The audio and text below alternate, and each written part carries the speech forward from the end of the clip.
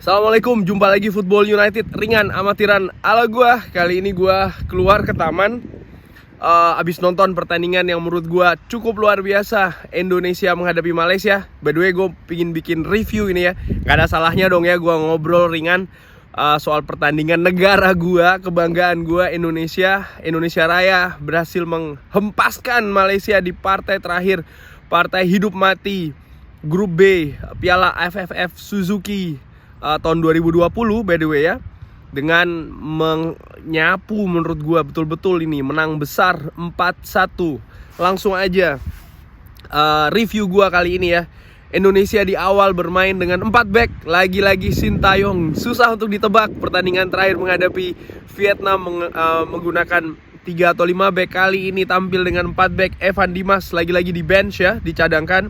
Seperti yang gua perkirakan ya, Malaysia ini main sangat agresif dari menit awal. Mereka langsung berusaha untuk menaikkan tempo, mereka langsung menekan, mereka langsung berusaha untuk menciptakan peluang, untuk menciptakan gol. Kenapa? Ya karena mereka memang butuh gol ya. Mereka butuh secepat mungkin untuk mencetak gol. Kenapa? Ya ujung-ujungnya tiket mereka bisa raih kalau mereka menang. Kalau mereka seri, mereka tidak akan lolos. Dan itu yang dilakukan Malaysia di 10-15 menit awal. Mereka tampil sangat-sangat agresif. Indonesia sempat kesulitan, keteteran dalam itu tadi ya, mengimbangi kecepatan dan juga agresivitas dari para pemain Malaysia. Tapi menurut gua overall dua tim ini juga bermain sangat agresif, karena Indonesia ternyata bisa juga mengimbangi permainan agresif dari Malaysia ya. Mereka tampil pantang menyerah dengan semangat tinggi, tidak gentar. Permainan juga agak sedikit keras dan juga kasar. Menurut gua wajar sih, karena apa? Yaitu tadi tempo cukup tinggi. Di menit ke-12 akhirnya Malaysia mampu unggul 1-0 melalui gol dari luar kotak penalti. Kenapa? Karena Malaysia sendiri sebenarnya juga walaupun mereka berusaha untuk menguasai pertandingan, menciptakan peluang, bermain lebih agresif, tapi pertahanan Indonesia cukup solid menurut gua ringan amatiran, paling tidak di 15 menit awal. Terbukti itu tadi, gol Malaysia pun juga dari luar kotak penalti, buah dari sapuan dari seorang Irfan Jaya ya, yang ternyata jatuh di kaki pemain Malaysia. Dan ya menurut gua golnya juga cukup bagus ya, ke pojok sebelah kiri dari Nadeo Argawinata ya.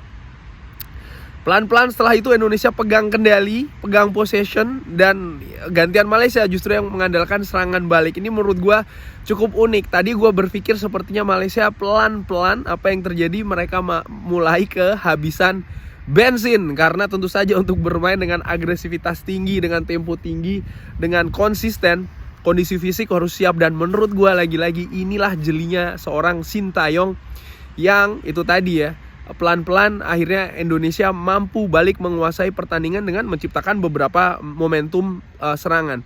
Cuman kalau menurut gua sih ada kelemahan ya di lini depan Indonesia. Kalau menurut gua ringan amatiran adalah seorang Ezra Walian yang sering pergerakannya kurang mobile, kurang cair, ketika dia juga kurang mau untuk tracking down ke bawah ya untuk mengejar bola.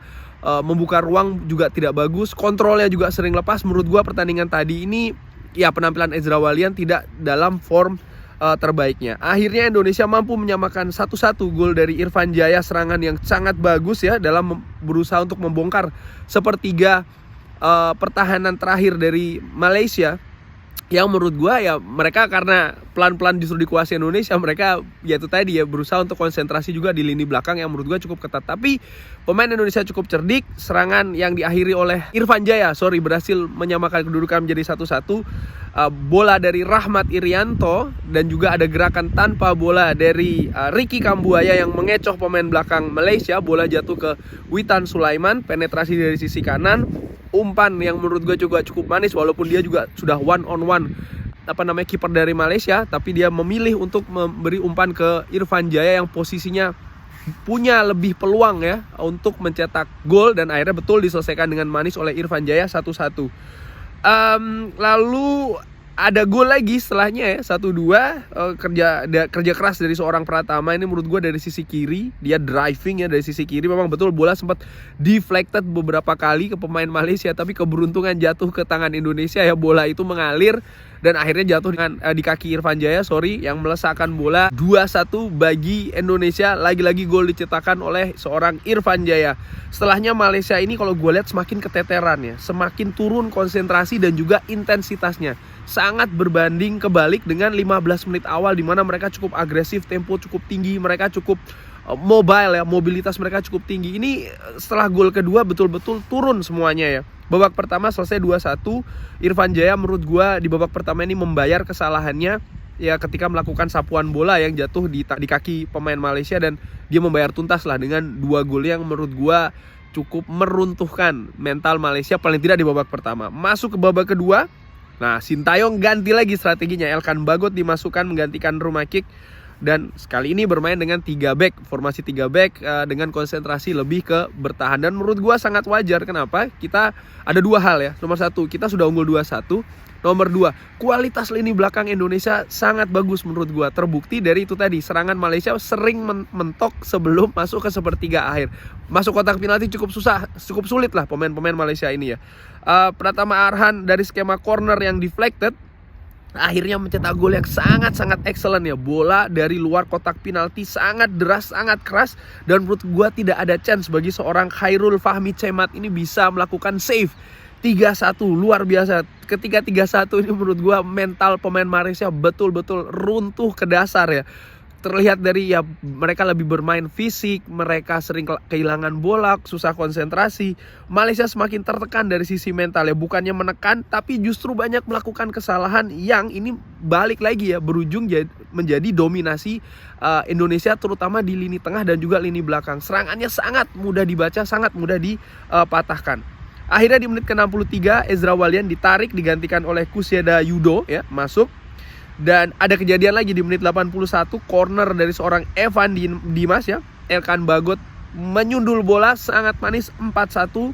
Khairul Fahmi menurut gua lagi-lagi ragu-ragu dalam mengambil keputusan apakah dia akan stay di spotnya dia ya, di bawah gawang atau dia maju. Dia ragu-ragu, dan Elkan Bagot menurut gua dengan memanfaatkan keunggulan tinggi badannya menyundul bola sangat deras 4-1, dan menurut gua skor 4-1 di menit 81 itu betul-betul menyelesaikan pertandingan ya, meruntuhkan segalanya bagi tim Malaysia. Ada beberapa momen ya setelahnya tentu saja, tapi mayoritas untuk Indonesia, momen untuk mencetak gol sebetulnya. Walau possession dikuasai oleh Malaysia. Indonesia walaupun possession dikuasai oleh Malaysia, Indonesia ini mampu membatasi serangan Malaysia. Tujuannya apa? Yaitu tadi kualitas dari serangan Malaysia itu betul-betul diturunkan. Jadi tidak banyak momen-momen berbahaya yang diciptakan oleh kubu Malaysia. Sekalipun gua ulangi lagi, possession mereka yang kuasai. Total shot on goal dari Malaysia itu lebih banyak, mayoritas banget tercipta dari luar kotak penalti. Hanya 1 atau 2 saja kalau tidak salah ya yang mereka ciptakan dari dalam kotak penalti. Ini terbukti apa? Membuktikan bahwa pertahanan, sekali lagi pertahanan dari pasukan Sintayong ini betul-betul sangat bagus ya.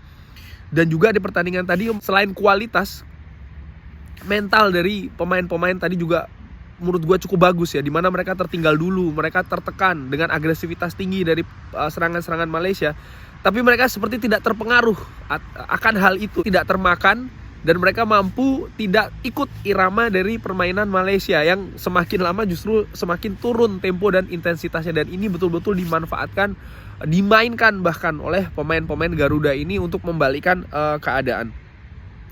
Setelah 3-1, kalau gue ulangin lagi ya, mental Malaysia ini jatuh, minim sekali pergerakan tanpa bola. Sebaliknya Indonesia ini sering menang bola kedua, dan menurut gue ini salah satu kunci dari kemenangan 4-1 Indonesia di pertandingan terakhir grup B.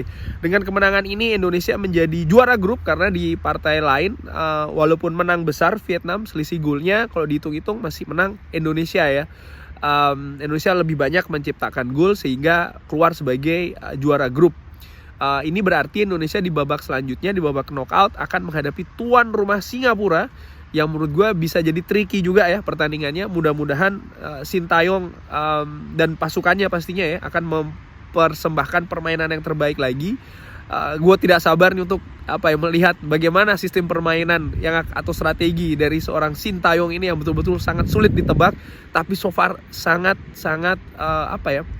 hasilnya cukup terlihat dan mampu mengantarkan Indonesia ini lolos ke babak selanjutnya, yang menurut gue sih di awal tidak banyak yang memperkirakan ya, karena kalau dilihat dari peringkat FIFA kita kalah dari Vietnam dan juga Malaysia, pun juga dari sejarah pertemuan beberapa partai terakhir kita selalu gagal untuk menang paling tidak ya ketika menghadapi Vietnam dan juga menghadapi Malaysia. Tapi di 2 pertandingan terakhir itu Indonesia mampu menunjukkan kalau mereka ya punya kualitas ya, punya strategi yang cukup mumpuni. Mungkin head to head per pemain kita kalah dengan Vietnam, bahkan mungkin dengan Malaysia. Tapi sepak bola ini bukan permainan individu, dan Sintayong mampu meramu individu yang ada di kubu Indonesia menjadi ya ini tadi ya, keluarannya hasilnya adalah kita lolos sebagai juara grup. Pelatih yang bagus adalah pelatih yang mampu memanfaatkan kapasitas pemain untuk bermain ya itu tadi ya, sesuai dengan kapasitasnya. Dan menurut gue ini yang ditunjukkan oleh Sintayong di paling tidak di 2 pertandingan terakhir di grup B, khususnya ketika kita menang 4-1 menghadapi Malaysia. Menurut gue pertandingan tadi menunjukkan Malaysia kalah segalanya dari Indonesia, kalah cerdik, kalah mental, kalah segalanya.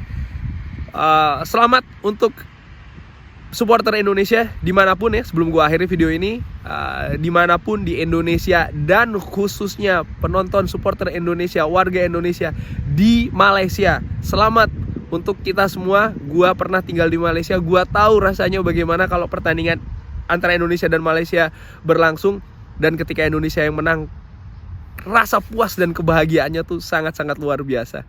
Selamat buat Indonesia dimanapun Anda berada. Wassalamualaikum warahmatullahi wabarakatuh.